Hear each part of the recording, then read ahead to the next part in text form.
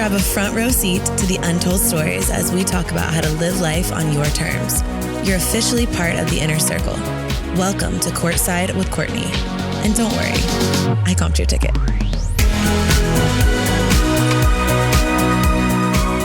Welcome back to another episode of Courtside with Courtney. I have my good friend Taylor sitting here today who just moved to Austin. Literally just moved here. You guys, it's funny because when I originally launched the podcast, I tagged you. Do you remember that? Yes. I was like, this is a list of people I really want to have on the podcast. Taylor was on my list, but I was thinking I was going to have to fly to you because I didn't know that you were moving here at the time. Well, and I think I responded to your story and was like booking flight immediately. And then like fast forward, it's like, oh, I'll just drive. Flight booked. We're so close to your house right now, which is also incredible. Yeah. But for the people that don't know who you are, give us a little bit of a rundown. Obviously, you're an amazing stylist. You're huge on TikTok. You've been doing videos for like 4 years now. Yeah. Give us the rundown. How did you get from styling to wanting to even post videos in the first place? I feel like I was posting videos like before TikTok. I feel like TikTok blew up during like the lockdown because we were all so bored and didn't know what to do with our lives. But I was posting. I go back and watch them now and I'm like, oh my gosh, these are so cringy. Like that's what we all do. I know, it's so bad, but you got to start somewhere, right? Yeah, of course. So I was posting videos on Instagram, but then during the lockdown, I started posting on TikTok. And I basically was like, I'm going to post once for 30 days because I always posted for the client. So like, got it. Information about how to take care of your hair, like the basics of all basics. Cause I feel like that was like a huge category that people weren't touching on. And I was like, I love like that hair nerdy stuff. So I was like, oh, I'll post once a day for 30 days and like see where it takes me. And literally day 11, I like woke up and like my video blew up. You were only posting once a day even? Yeah. That sounds a lot, but I feel like everyone, whenever you hear about TikTok, they're like, post 4 to 8 videos. Yeah. Like, it's always an abundant amount of videos. Yeah. Well, and I think that's true. But I was just like, I had a lot of other stuff that I was doing too. So I was like, once a day is like, I don't want to bite off more than I can chew type thing. And so day 11, like the video blew up and then I was like, okay, I'll just keep this going. And then it just grew from there, which is kind of crazy. I love the number 11, by the way. I feel like it's such a good, lucky number. Yeah. I haven't thought of it like that. 11, like make a wish. It's such a good number. Totally. But what was the video? Like, what were the tips in the video? So full disclosure, I was like 2 glasses of wine deep and it was like 9:00 at night. And I was like, oops, I haven't posted my video of the day. And so it was terrible. Like it was like how to sleep or how I sleep with my hair at night because everybody's like, how do you wear your hair at night? Which is a big thing too. For sure. Even for your skin. Right. Like longevity of making sure your style stays, but also you don't want your hair in your face and then it breaks you out. Right. So I like wore this headband. Like I looked like a milk lady. Like on the internet, I'm like, okay, like I can finally like show my true self, whatever. Like don't care about what people think about me. And I like wore this headband that was like down to here. It was so bad. And people went nuts over it. Sometimes, actually, I would say 99% of the time, it's the least planned things. Totally. It's the video that you didn't think out, that you didn't plan. You just set up the camera and you're like talking and all of a sudden it pops off and you're like, wait. Yeah. It's always the ones you don't want to pop off that pop up too. I think I kept on saying like in the comments, like, oh my God, I look like a milk lady right now. So your TikTok, the video blew up. You saw some real like growth and traction. At what point were you like, holy shit, I could like do this as a whole other career? I feel like that was like I didn't have that like aha moment. I feel like it just happened. Like at one point I was like, I can't maintain a full client. I mean, I had a clientele of over 200 people probably. Damn. And I was like, I would work 12, 13, 14-hour days, 6-7 days a week. Like I was gassed. Yeah. And I was like, okay, seeing like what the internet could do and just like growing and being able to get my own personal brand out there. And I was like, I need to hone in on this I hope that this wave keeps going for the long haul, but who knows? And I was like, I just want to like focus on this for as long as I can. And so I don't think there was like a specific moment in time, but I definitely like at one point was like, okay, I'm trying to do everything and I'm burning out really fast. Yeah. So that's when I was like, okay, I need to cut back in the salon a little and just put all of my eggs into the social media basket. And it paid off. Yeah. And are you still doing clients? I saw you opened a salon. Yeah. Back home. Tell us a little bit about that because that was a whole process. Yeah, that was a year of my life that I really wasn't doing hair during that either, which was tough, but I was making content of just building my salon, which was really cool, even like partnership wise. And it was fun to kind of build my salon like with the internet. I feel like so many pieces of that place were like a community thing, which was really cool. Well, it's so you. And I think that's something that you have done really, really well, has always been so authentic to who you are.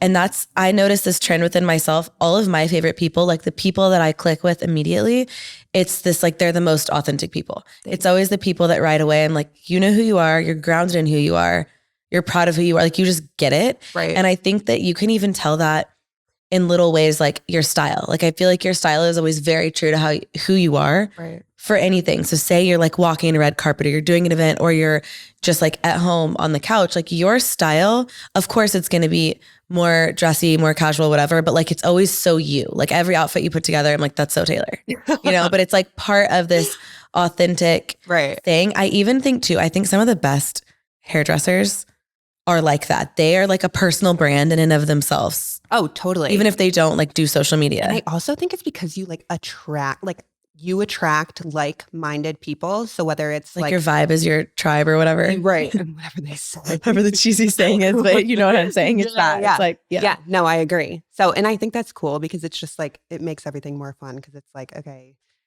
I mean, you're always being judged, right? Especially like on the internet.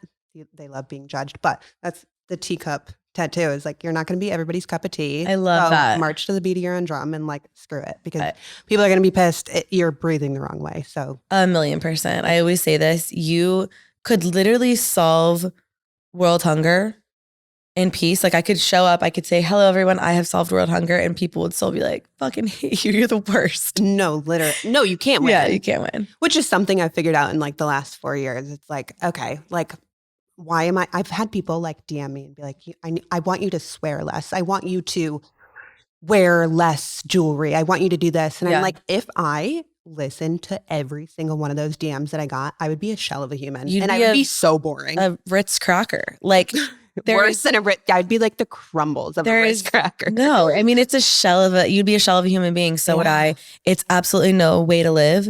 It's also exhausting because you feel like you're turning your head 90 miles a minute, like in every direction. Don't do this, do more of this, do less of this. Right. And it's so true too, because even with the feedback, you'll have someone that will come on today. I could show up in this outfit and someone would come on and they say, oh my God, I love your outfit. That's the cutest outfit I've ever seen. Someone else say, I hate that outfit. Right. It's the worst thing I've ever seen. Right. There's just no pleasing everyone. I like to say you could be the juiciest peach and there's still going to be somebody that doesn't like peaches. I think I say that once a week on my Instagram. But it's so true. And I'm like, whatever. Like, if I don't fit in, like, I'm not going to make myself smaller because it's too much for you. You know? 1,000,000%. And same is true of dating, which I want to get into later too. No, yeah, for sure. But just showing up who you are.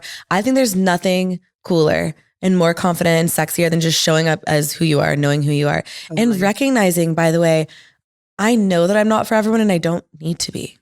Well, and I always say, be a good person, but be your own person. Like, there is literally, you're not harming anyone if you have a funky hairstyle. You're not. Yeah. It's not causing any harm to anyone. You're not harming anyone with your clothes. Who get so bothered by that? Well, they're the insecure, you know? And it's like, I hate that because we both know what it's like. You know, I think that's like your teenage years, your 20s, like, we're all insecure. We're all just figuring it out. But like, once you realize that none of that shit matters, it's like, we can all go on about our merry way and dress how we want and whatever. You also realize that you're pointing an arrow directly back at yourself. Right. At the end of the day, if you're shitting on someone else for wearing what they want to wear, doing what they want to do, living life on their terms, dating who they want to date, like, you're just shitting on yourself. Like, you're pointing an arrow back to saying, here's all the places I'm unhappy and I'm miserable. And it's like, bothers me that you're thriving. That's really what people are saying when they say that. And the more you can get clear on that, the less you do it. And I think too, I like to think about the emotion of jealousy too. If you look at someone and you recognize within yourself that you're feeling like these feelings of jealousy in some capacity, it's like, why? Like, get underneath that. Ask yourself why. If it's because you want what they have, learn to view what they have as abundance. Like, that's an opportunity where you could also create your own version of something like that. And it shows you that there's no ceiling there. You can do that too. If someone else can do something, so can you. We're not superheroes. No, but if you look at it as like, you're jealous of them and you hate on them, like you will never accomplish what you want. Right. Ever. Right. But I think that's like, and I always talk about like self-reflection and self-awareness are two huge things, and it's not easy. You know, No. I feel like every day I'm just like maybe too much, but I'm always self-reflecting and like trying to be self-aware and being like, I don't know, just like don't project what's happening inside you onto other people. Like we're all out here fighting our own battles, whatever it may look like. But I think just like having that self-awareness and whatnot, like keeps you humble. For sure. And I think it's hard to having like doing what we do and creating some level of boundaries surrounding what we do, I think is so important. You and I have a lot of similarities. I would say this is one of them. I would say we both have boundaries surrounding like what we share, what we don't share, which is why I'm also so excited to sit down because we're going to talk about a lot of things that you don't normally talk about, at least like not in depth. Yeah. We've both been through a lot of things publicly, including divorce. Yep. Tell me a little bit about that. How long ago was that for you? So I was officially divorced March of last year. So it's been just over a year. When I met you, it was really when you were like in the thick of it, right? Or you were considering it. It was like really, y'all were going through it. You weren't. Right. Like I think we met during like the time where I was like, okay, like something's happening. Yeah. But I mean, you don't know how to handle it until you handle it. Like, I feel like looking back, I'm like, okay, like everything did work out. But when I was, especially like in that beginning phase, like kind of when we met, like I was just so lost and confused, especially because I mean, I was pretty much like freshly married at that point, but I just like, I knew there was a huge shift in my relationship and just didn't really know like how to deal with that, you know? There's that moment too when you get married and you realize it's not going to be forever. It's not going to be what you thought. Right. Or the ideal situation that you wanted. And there's that moment of like, oh shit. Right. I should feel differently. Totally. I also think that like this was one of those things that it was like I didn't really want to admit it to myself type thing. Until I really was like looking at the big picture and being like, okay, like things are definitely off. And I mean, I'm so thankful we didn't have any children, which is a huge factor in the whole, you know, shindig of it all. But I know. Yeah. Yeah. And I mean, we had a pet. Like it was bad enough with a pet. So Where's your pet? With me. Okay. Full custody. Full custody of the dog.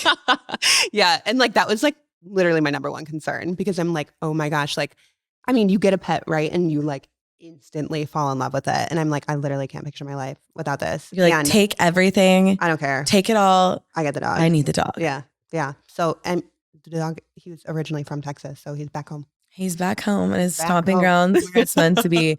But I do think everything works out how it's supposed to at the end of the day. But it's so interesting when we met, you guys, this is such a funny story.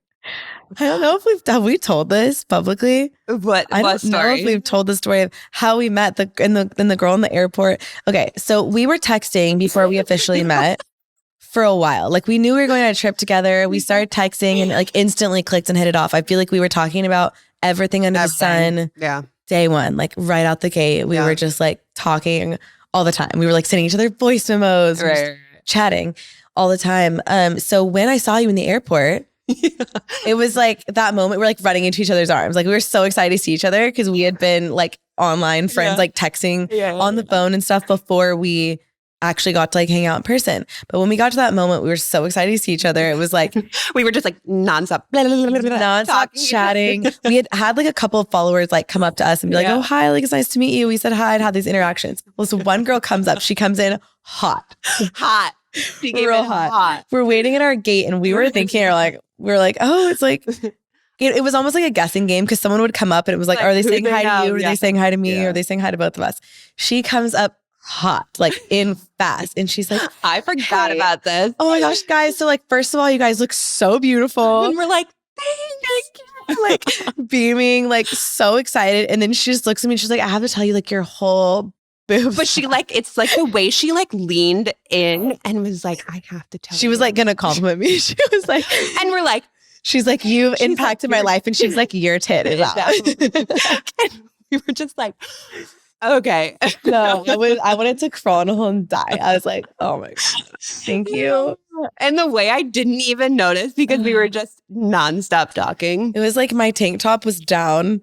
Like, no, it was like over the the side. It was to the side because of my. It was really bad. We were just like, okay. And then we were like, okay, so you don't want a photo. Okay. So you don't know us. Okay. So you definitely don't. Okay, awesome. But what a girl's thank girl. you so much for letting me know. What girl's girl. I mean, 1,000,000%. Shout out to her because that's what a hero. Yeah. Yeah, that was brutal.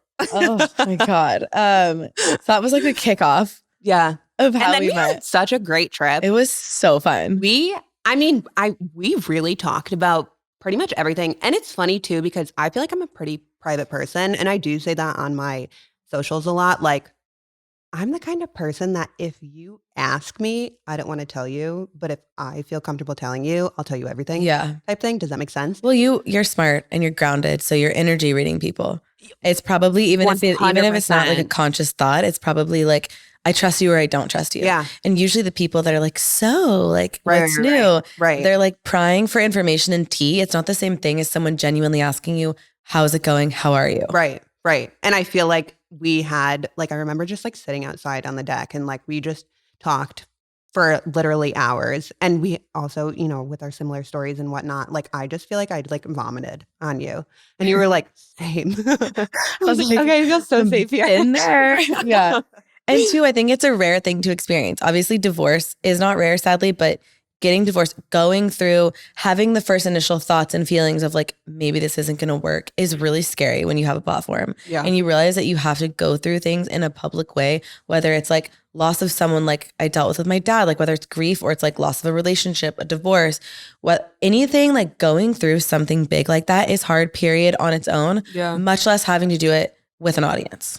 Well, and I think that was my big like, whoa, what is going on moment? Because before that, I mean, I didn't really share anything about my ex-husband online anyways, just because he didn't really want to be like involved in it, which I get. It's a lot, you know? So I was like fine with that. And I was fine with like not sharing him. I get and I don't, in the sense that I get it, that it for sure is a lot, but it's also part of just what comes with you and being with you. It's just kind of inevitable. And I think it's amazing to have those boundaries and say like, yeah, I'm not going to wake up and hold the camera in our face and be like, good morning. Right. Here we are. But to have someone who's unwilling to partake at all is like, gotta be tough. Well, it was different too, because all of this happened halfway through our relationship. So true. That's so true. Like, I started, none of this was my life when He didn't sign up for it, basically. Yeah. And like, neither did I in a way. Yes. I kept on choosing this life, which I'm forever glad and grateful and just like still like happy that you pinch did. me, right? Yeah. What is my life? But it definitely like, he didn't necessarily sign up for it and he was supportive of it. He was just not the kind of person who like wanted to be in front of the camera, which I was fine with. I'm like, people literally follow me for hair advice and fashion advice. Like, don't need to talk about my life or my relationship. Right. But right. somewhere along the way, like when you do things the way that you do them, like you're still injecting personality into all of your videos. Right. It's still very you. That's what I meant by like very authentic, very you. So at the end of the day, people probably still got invested in who you were and cared, even if it wasn't something that you were like outright talking about. And I don't think I realized that until like the little subtle changes started happening in my content. Cause obviously I would mention my husband or anything about my relationship. And then when I knew that I was getting divorced, I was like, I have to say something publicly, which was so hard. Oh yeah. Because I was like, I don't want people invested in my life and thinking that they know things when they don't.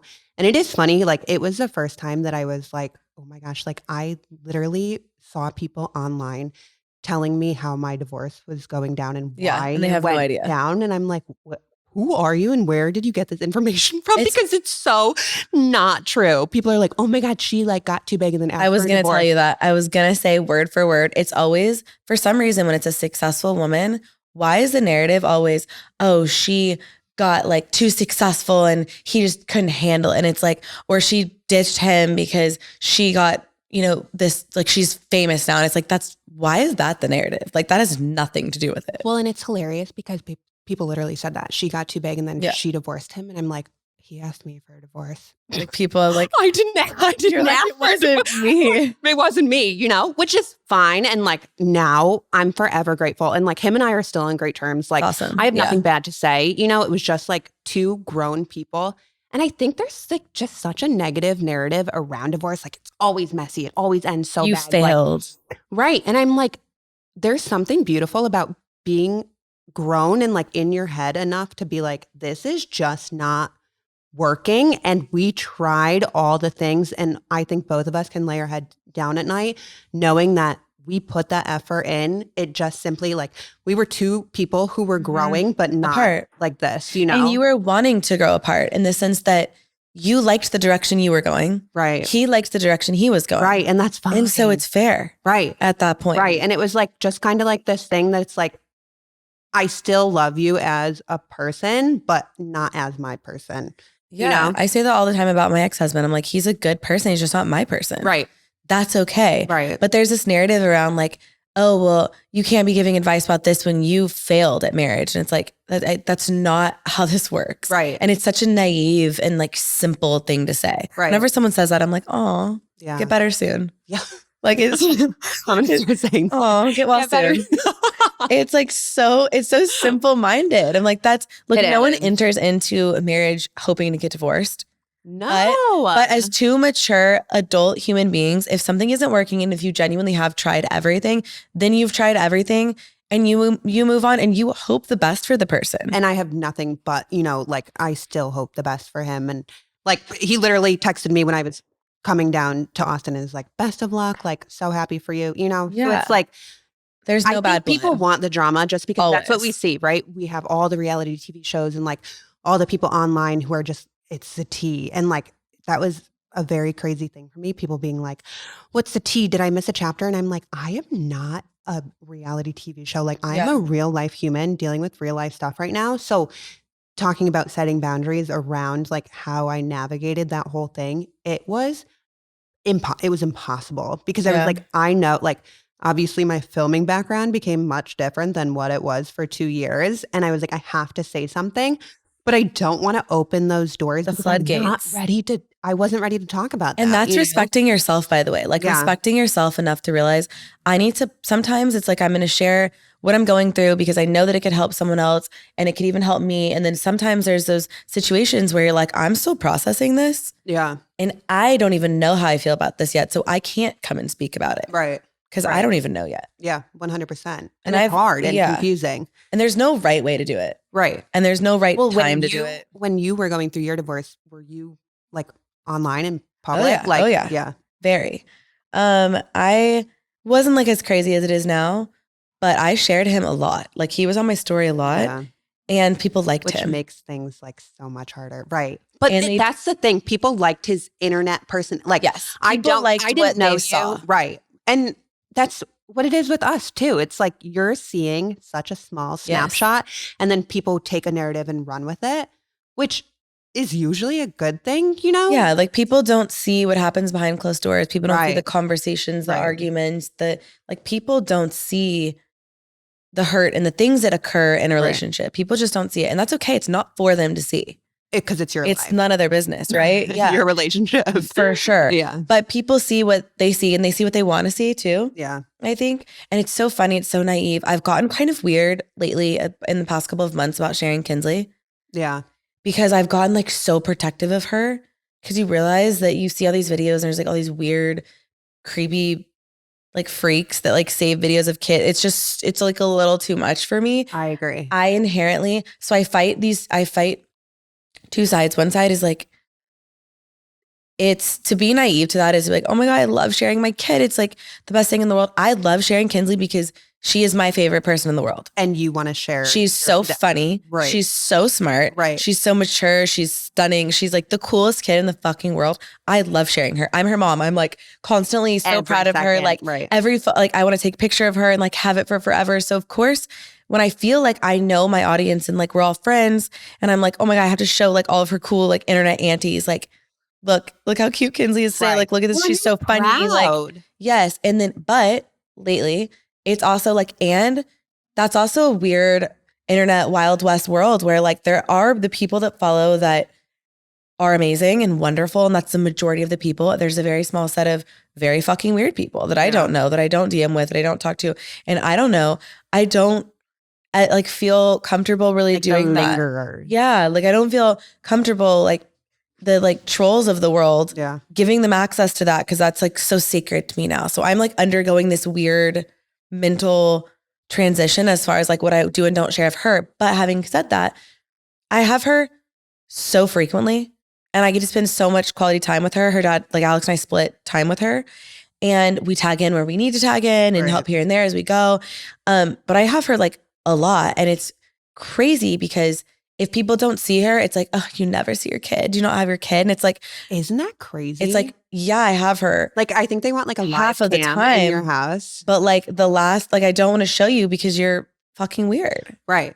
Well, and I think there's like, especially as a mom, like there's this level of like, you want to protect your child and like shield your child from the scaries of the world because it is so fucked up, you know? So it's like, I even find that with my dog. Like if I don't post him, they're like, where's Stone? What happened to him? Did you let him out? Did he get such a bad dog mom? Did he escape? Right. And you just let him out and you're careless? What? Yeah, it's pretty wild. But also it's like, you're right. People see what they want to see and they make up this narrative, you know, like. And it's part of it. I get it, right? Like it is what we actively choose to come and do every day, but we still do.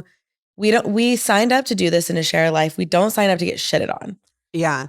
But and it's part of what comes with the territory. We know, like, yeah, it is. But it doesn't mean you can't have boundaries, is my point. Like, I think that's so healthy. Okay. Boundaries are really, really healthy. Audrey and I were talking about this on the way over. Even when it comes to like reading negative stuff about yourself, I don't look at stuff like that. Right. Hate threads, pages, I don't look at anything like that. Yeah. Y'all can say whatever you want to say, but just know I don't see it. Right. Period. Well, and it's like, it doesn't exist to also me. Just something like that is like, wow, you have to be so sad. Really just like at a low point in life to take what you see, the literal 10 seconds of my life that you see on the internet and make an entire narrative out of it. I'm like, yeah, how much time does that take? And it's always people being like, oh, I know her. I'm like, seeing me one time across the street, like 4 years ago, like does not mean you know. Like it's always like comes from people trying to pretend like they know more to like add validation or whatever. Like I just don't I don't look at it. I don't read it. So just know like you're talking to yourself. Have fun. Get well soon. Well, and it's like, you know, what is it? Misery loves company type thing. 100%. You know? And it's like, okay, if all the miserable people want to join together and just they're spiraling. Courtney sucks. Yeah. Taylor sucks. It's like, oh, okay. And at the end of the day too, like I've just come to place. It's like this little place on the internet that like if I don't look at it, it doesn't exist to me. Right. Aside from that, like I love doing this. Like I genuinely feel so fulfilled helping people. I agree. We also both started from a place of like wanting to help people. I really started like sharing beauty tips, trying to help women feel confident in their own skin, learn little tips and tricks that would help them. Obviously you started giving hair advice. Right. It's adding value and trying to help people. When you come from that place, it's fun. It is so fun. But I also think that people like, because we're not in the hospital, like resuscitating people back to life, like on paper, yes, that job is life changing, right? Sure. Like you are, I mean, that's the best job in the world, but it's like you can change people's lives and help people in more ways than literally physically saving their life. Yeah. And in small ways and in little ways that can become big ways. And even when it comes to beauty, I always say like inside out, outside in, like it really is. It sounds like very superficial and like caring about how you look and your hair and your makeup and your outfits. But really it's like, it does help you foster confidence in yourself, which helps you like get in healthy relationships, get careers that you love, like dress the part kind of a thing. So I think at the end of the day, as shallow as it is and can be perceived on some levels, it isn't. Right. On a lot of levels look too. Good, feel good. You know, Totally. I always say like, I am very open about like having crazy anxiety and all this stuff. And it's like on my days where I want to do nothing but like crawl into a dark hole and just like eat veg, rot, as they say. I'm like that. Those are the days where I want to do my hair, do my makeup, put on a good outfit because it's like within seconds, your entire mood is changed. It's like, okay, I still feel anxious, but at least I look good while anxious, you know? No, 1,000,000%. Even like painting your nails a fun color, like doing something that cheers you up, like help yourself. I think like do what you can to help yourself is so important. So how was dating post-divorce? Especially, I'm so interested to like dive into this. We've talked about it, but I want to talk about it with you, obviously, so that people can hear as well. How was dating post-divorce also as a public person? It was interesting. I think in the beginning. That's the best way to phrase it. It was interesting.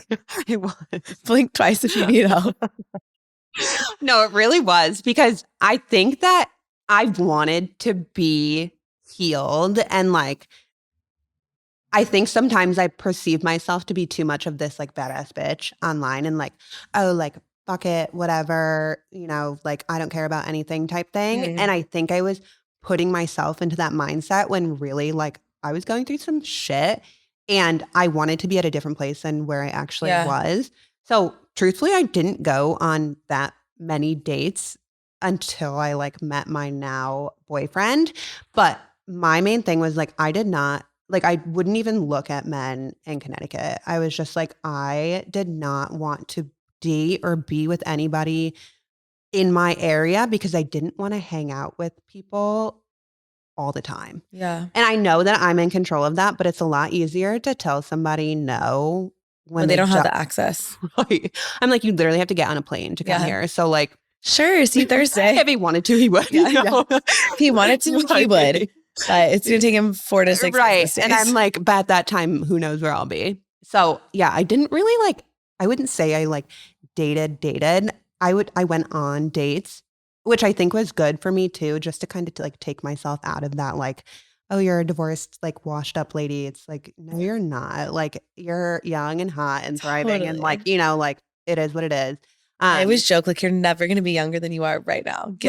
Right. Get out there and like, who cares? And so I think I like learned a lot too, that like the things that I was beating myself down about in my previous relationship were just like specific to that part, like not saying it in a bad way, no, but it's like his preferences. Right. And it's like, oh, like there's more people in this world than just that person, So it was fun going on dates, but I really like, I didn't date anyone per se. I think that there's like a two-prong things when it comes to like really finding a good fit. It's connection and it's compatibility. Right. Because you can have connection and not be compatible. Like say even with your ex, like you could have that connection, but you wouldn't be compatible if you lead completely different lifestyles and want completely different things in futures versus your present day boyfriends. Like you obviously have the connection and you have the compatibility. Totally. And that's like the key is really oscillating on both cylinders there. And I think like, especially after getting divorced too, there were certain things that I was like immediate now. Yeah. Like I feel like your tolerance level just I was at 0. We realize you don't have to deal with it. Right. I'm like, okay, like I'm doing life on my own as it is. So it's fine. If they didn't, not that I had like a laundry list of what I wanted, but I was like, there were certain things that I was just like, okay, I know I'm just having fun right now. And do I really need a person to fill the void? And I just talked about this on my Instagram story. Like, I think up until this last year, I would just like serial date. Yeah. And I would be with one person and I would break up and I would fill that void of loneliness with another person, which you don't realize that you're doing. But I was like, healing alone was like the best thing I've ever done for myself because now it's like I found somebody who doesn't like they just fit into my life. They don't fill areas of my life that are missing. And you don't have to mold yourself to fit what they want either because it just is also compatible with. But you're so sure of like who you are. Yeah, you have to be. But I said this, I just recorded a solo podcast episode where I was talking about dating with intention and how that intention can look different. Your intention could be to get married. Your intention could be to have fun. Right. Your intention could be to learn about yourself. Right. There's also like intentionality behind seasons of singleness. Yeah. Like being single isn't like a bad thing. No, it's pretty great. Yeah. It's fun and it's like can be wonderful. And when you create a life that you love and you're excited about and you're proud of, it's hard to give up that time. Like if a guy is like, hey, can I take you out Saturday? I'm like, how about Monday? Like, right. Monday, like breakfast between like 11 and 12. It is hard to give up a Saturday night because that means I'm not getting to spend it with my friends. Right. I look forward to that all week. Right. Or like if it's Kinsley weekend, spend it with my daughter. Like that is taking away precious time from like people that I dearly love. And I don't love you. I don't even know you yet. Right. So it's hard for someone to come in and fill that spot. The more you get to know them, you want to incorporate them into those times and give them precious real estate, obviously. Incorporate them into your life in those ways. But if I don't know you, it is damn hard for me to want to get up a Saturday night for you. Well, and it's interesting too, because it was like the few guys that I did go out on dates with, I guess we can call it. It was like, I didn't want to get to know them further, and like, it wasn't like I was like aware of that when I was in it. It was just like I don't care to see you again. No. Yeah. Like right in the moment, you're like, right. I'm all set. Right. And then with my current boyfriend, it was like, oh, I guess I want to keep talking to you, like it was just a feeling more so than a thought. Like I didn't know, I guess I don't ever know what's going on. It's just like it happens. And then when you like look back, you reflect. Right. You referred to him as the love of your life the other day on your story. Yeah. That's a big thing to say. Well, the first story said LMOL. And then I got so many DMs that were like, what is LMOL? And I'm like, correction. How did you know? Like, when were you like, this is my person? I think it was just like, it's just transpired. And especially since we were long distance for almost 7 months, which was really interesting. This is a really personal question, but I'm curious. How long into dating were you guys like, I love you? Like, when were you like, I know, like, I'm certain of this? Like, when did it escalate to that? Because I think it's really interesting that I feel like it happens when it's right, it's right. Right. Like you hear so many people that are like, we slept together on the first date. We said, I love you. Like, and like kind of early. This was like the longest. It was long? Yeah. Oh. Like it was like kind of, I wouldn't say recent, but like it was not within the first couple of months. But do you think you attest that to being long distance? 100%. Yeah. And it was like, I think we had and still do, because of our long distance relationship, have such great communication with each other because we were literally forced to do nothing but communicate. Like we didn't have like those moments where you're just sitting in the same room but doing your separate things that you would like in the beginning of a relationship. It was like we had to actually physically cut out time in our schedules to have a phone conversation or FaceTime or whatever. Which I think is great, by the way. Well, and I think we learned so much about each other and just like our communication styles. And I mean, it was not easy at first. And we both will say that. Like, it was definitely confusing in the beginning because I didn't know where I was. Like, I knew I wanted to move, but this place was never really on the map for me. Yeah. And so it was like, now we can both You fit in here very well, though. Like, I love it here. So much sense. I'm not mad about it, even 1%. Like, but it was being like Austin makes sense to my brain. I genuinely love it here. But I also was like, oh my gosh, am I going to move to a place where I don't know anybody except my boyfriend? Now you got me, girl. No, I know. And like, but that was like being dramatic of me, because it's like, I do know and have so many opportunities here. So it's like, it's not that I'm moving for just him, but he is a large part of why I'm here, Yeah, of course. But yeah, our relationship and like things just transpired so differently than like you typically would think. But I think because we had like such short amount of time in person, things were just like prolonged, Yeah, I know that makes sense. So, but you got to spend like because I got to meet him the other night, obviously at the CMTs. Yeah. And it sounds like you guys met and then you got to spend like a couple of days basically hanging out. Like it was a good chunk of time in the beginning. Yeah. Before you went your respective ways and then chose to fly back and forth. How long into that process of doing long distance did you guys decide to like be exclusive? And when were you like, okay, let's like really give this a go? It was, I would say within the first few months, it was just like, okay, like, and we're old, like not old, but like I'm not 21 and dating. Like it was like, obviously if I'm investing my time into this, it's like, you hope it's going somewhere. Right. So we both were kind of on the same page with that. But then it wasn't until the last few months, really like the end of last year, beginning of this year was like, okay, like we are both like fully invested in this. And then once it was, okay, I'm going to move to Texas. And I mean, I owed it to myself. Yeah. I owed it to the time that we spent with each other. You were also looking to shake it up. Like you were looking to move. You were looking for a new change of pace, change of scenery. Totally. So it was nice. And then once it was like, okay, like we're going to be in the same place, it was like rocket ship speed to just being like, I mean, every day I'm like, what is my life? Like, where did you come from? And he's so sweet and he's so supportive of whatever it is that I want to do, it's like, it's really cool just having somebody be like, I got your back no matter what. For sure. You guys have a very complimentary energy. Thanks. It's different, but like it complements. Yeah. No, and I feel each like other. There's like something, as I felt like right when I met him, it was definitely like different energy than yours.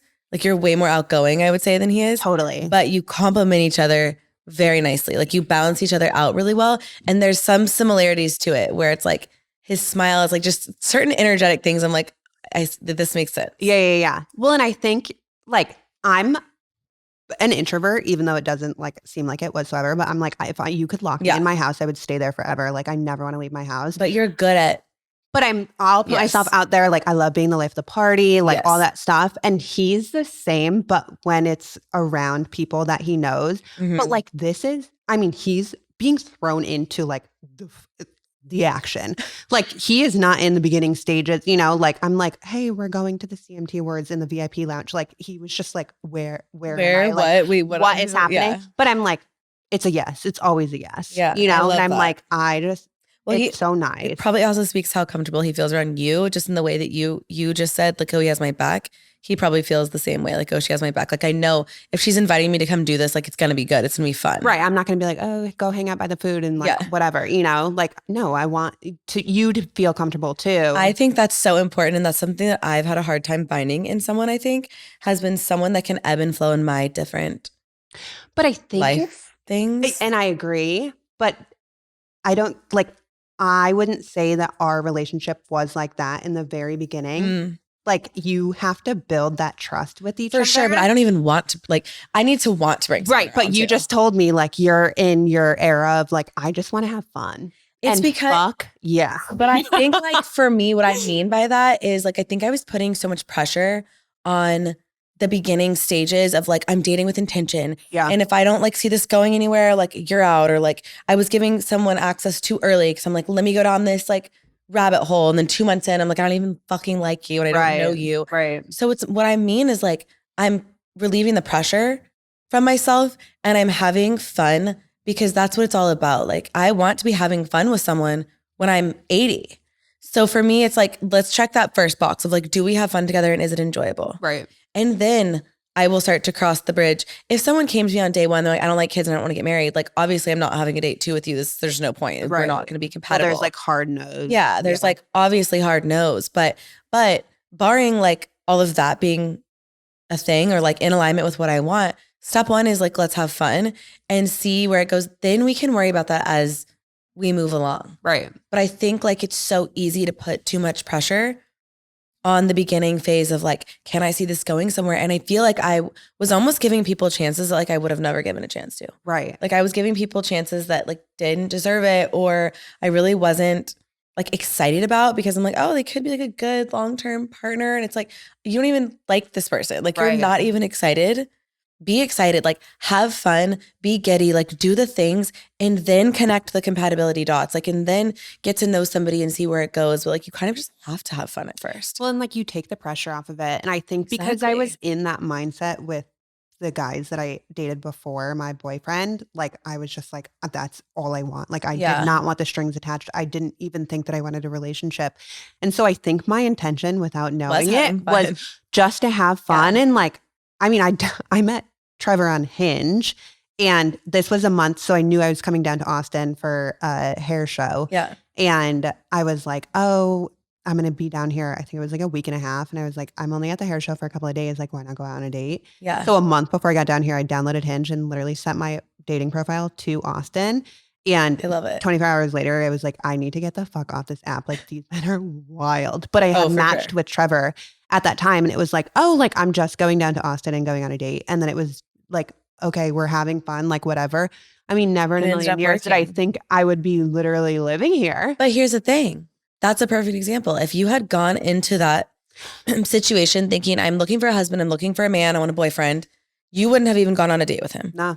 Because you would have been like, this doesn't make sense. Like, I'm like, might not come back here. Like, this isn't logical. I don't see long-term. Because you went in with it, I want to have fun. Right. This guy seems cool. He's cute. Like, I'm into it. We're vibing. The energy's good. I'm going to go and have fun and see what happens. You were able to develop this. Yeah. Yeah. So and it's been so great. The theory stands.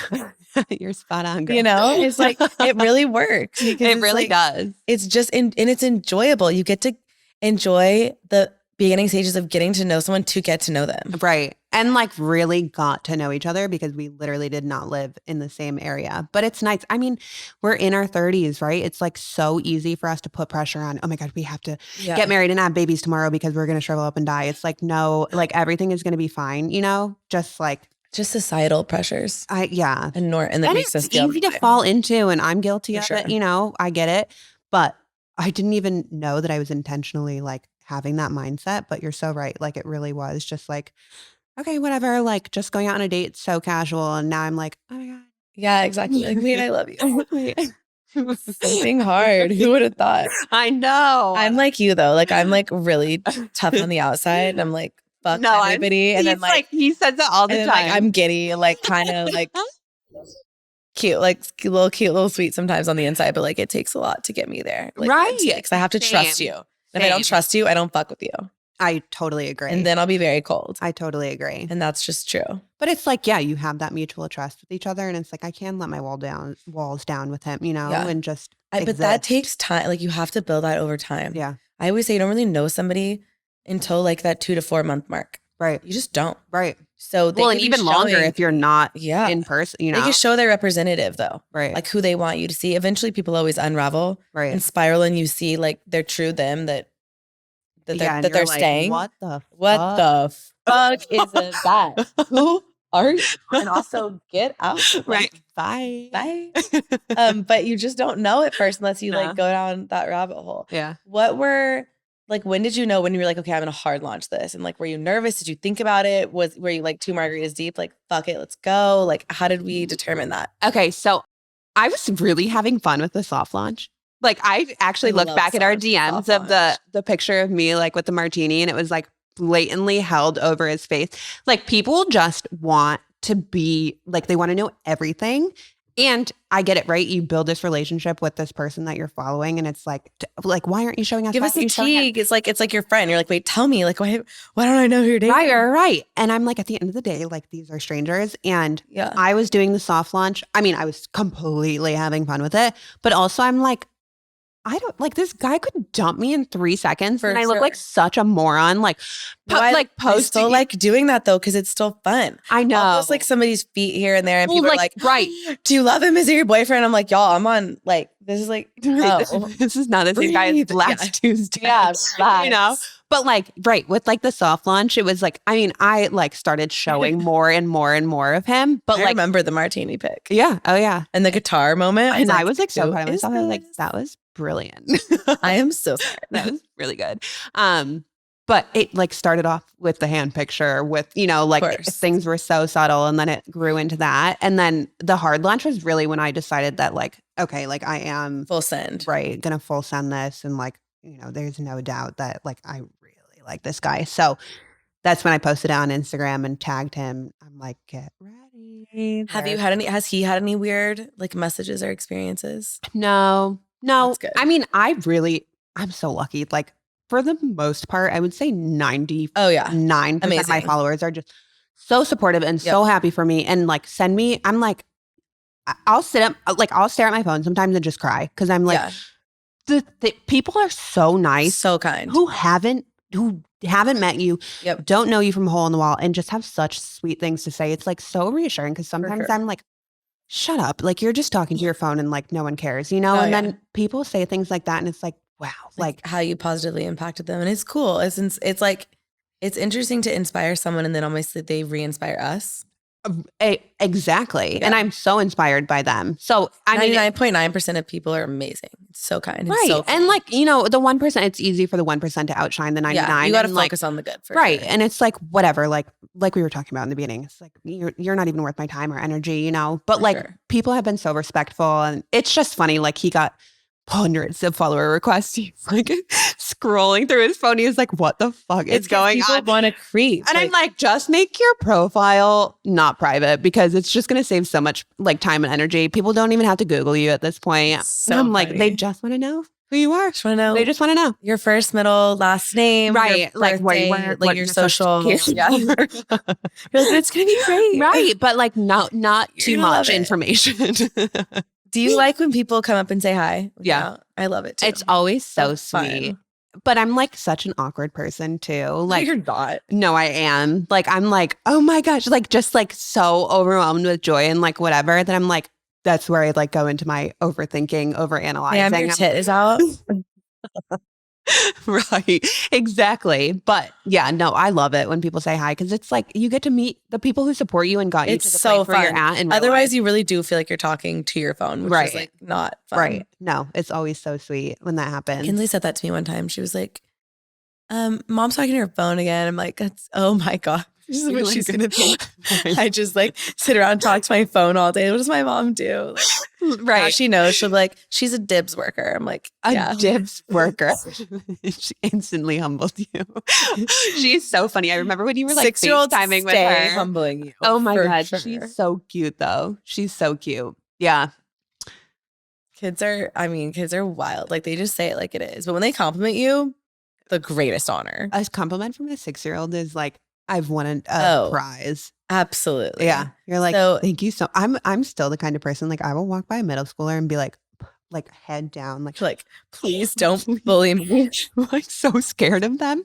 They're objectively terrifying. They're so terrifying. It's like when they reach age 18. Especially nowadays. Yeah. They also look like they're like 30 and you're like, what is in the milk over here? I know, because I certainly was not looking like that. My eyebrows like this far apart. Have you seen the videos? It's so funny. It's like it was a TikTok trend for a while. It was like high schoolers, middle schoolers now versus like back in the day, like when we were kids, middle schoolers. It was like us. This is so me. It was like karaokeing and like a hoodie, like your and then they're like walking into Reformation or something, and you're like, what is happening? Yeah, no, like Aviator Nation. You're like, huh? I know, and I'm they're at Coachella. I wish I could have, but in my mind, I was as cool as. Oh no, for sure. I mean, I was putting on plays in the foyer of my parents' house to Don't Go Chasing Waterfalls. So as you should, Queen, as you should.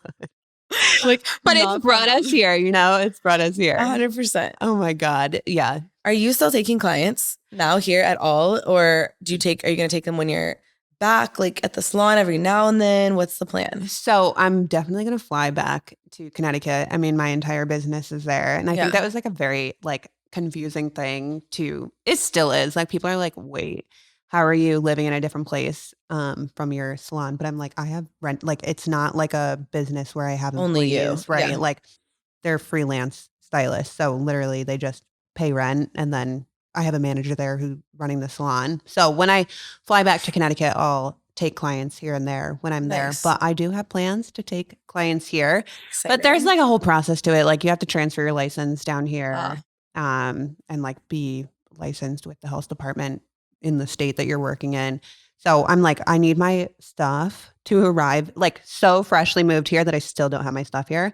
So once that comes, I'm like, I can set up my place and then I can go to the next step of finding a salon. And it's just weird because my schedule, like I don't work a normal hairstylist schedule because social media is my full-time job. So I'll put you in contact with Tyler, my hair guy at Hair House. He's amazing. They're amazing. Like the best. Yeah. Yeah. It's I would love his that place. And it's like a very good vibe. You'd like it. Amazing. I'm just not thinking of this, but I'll connect you guys. He's awesome. Okay. Favorite tattoo, couple little questions to close out on. Favorite tattoo and why?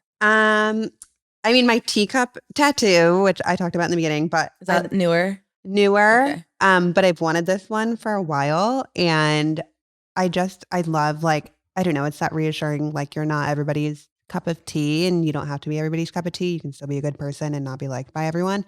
Love that. So I love that. And then I don't know, besides that, I feel like they like all just children have like, like their own, I call it like the phase of my life ink, like what I was feeling in that moment is that tattoo that I got. So it's just kind of like a storybook of like, I mean, the post-divorce, right, was like, I was being stabbed everywhere, which was great. But yeah, I really think we feel something. Right. Physical pain take away the mental anguish. Literally. But I think the teacup tattoo is I love that one. My favorite. What's yours? You have such a good idea. You have a few. I need to get a peach. Maybe I'll get a little peach. I think that's so cute. I have the itch again. For a long time, I was like, I'm done. I don't want any more. And now I'm like, I said the same thing. I have the itch. I said the same thing. And then it's like, but like, I don't know. I don't want to go too crazy because you get the itch and then you get a bunch and you're like, oh, like, should I have gone that nuts? Which thankfully, like, I've only like second guessed it from time to time, but I don't regret any of my tattoos. Yeah, it's all like part of the journey, right, part of the feeling story to have. But I'm like, I went through a phase for like 6 months where I was like, I don't want another tattoo. And then same thing. I got like, the itch. I'm like, wait, well, like, what's one more? I feel like it's almost like always in transformative times. Right. Right now, since I'm like feeling more me than ever, it kind of feels like the time again. Yeah. You know? Yeah. Okay, last question that I have for you. Top 3 favorite hair products right now. Like can't live without when they're empty. We get a lot of PR. So like when they're empty, you're repurchasing on your own. I think my favorite hair products have not changed. Redken One United. It's literally liquid gold. Like what is it for? Give it's us a leave-in hair for dummies. There's 25 benefits in one. It's a leave-in conditioner. It's a detangler. It's a heat protectant. Like it is magic in a bottle. And it's the best thing. You spray it on your wet hair and then like style your hair, let it air dry or whatever. But I always say with that, don't spray it on your hair on a wood or tile floor because is it slippery? The way I busted my ass so many times because I'm always sprinting. Yeah. Like there is no like always it's either rushing. Right, like it's speed walk or nothing. I'm like, be careful because that is like it's amazing for your hair and dangerous on the floor. So just always have a so that would be like I use the Color Wow right now. Yeah, a similar vibe and like comparable. It's just like I used Color Wow before and it's so amazing, but like you like this better. I can't stop. I'm like I always go back to it. It's just so good. I gotta try it. Yeah, it's amazing. Verb Ghost Oil, which is so great. It's like the only oil that I find like works for all hair types because I feel like fine hair is really forgotten about when it comes to oil because oil and fine hair just does not mix. But the entire Ghost line by Verb is made for fine hair. Oh, so I'm like, it's like a oil that just works if you have a ton of hair, if you have fine hair, whatever. It's just such a good oil. I'm like, I could drink that stuff. And then I think just like a dry shampoo. Like I love an Amika dry shampoo. Those are good. It just smells so good. And the packaging, I'm like, I look at it and I'm just like instantly happy. Yeah, for sure. It's like the paint your nails theory. Right. I think those are my 3. Like a heat protectant, an oil, and a dry shampoo. And you're good to go. Happy. Yeah. Okay. I love it. Okay. Tell us where we could find you. Okay, so I'm Made and Tailored on Instagram and TikTok. And yeah, all the fun content, chaos. Just I call it a dumpster fire on there. But and now also in Austin, Texas. And now we're gonna have to go downtown. We're gonna have to go out one night and really fuck it up. I know, but I don't think anybody's ready for that. Nobody's ready for that. Are we ready for that? I'm ready for that. Hell yeah. All right, guys. Thank you for tuning in to another episode of Courtside with Courtney. Love you guys. See you on the next one. Bye.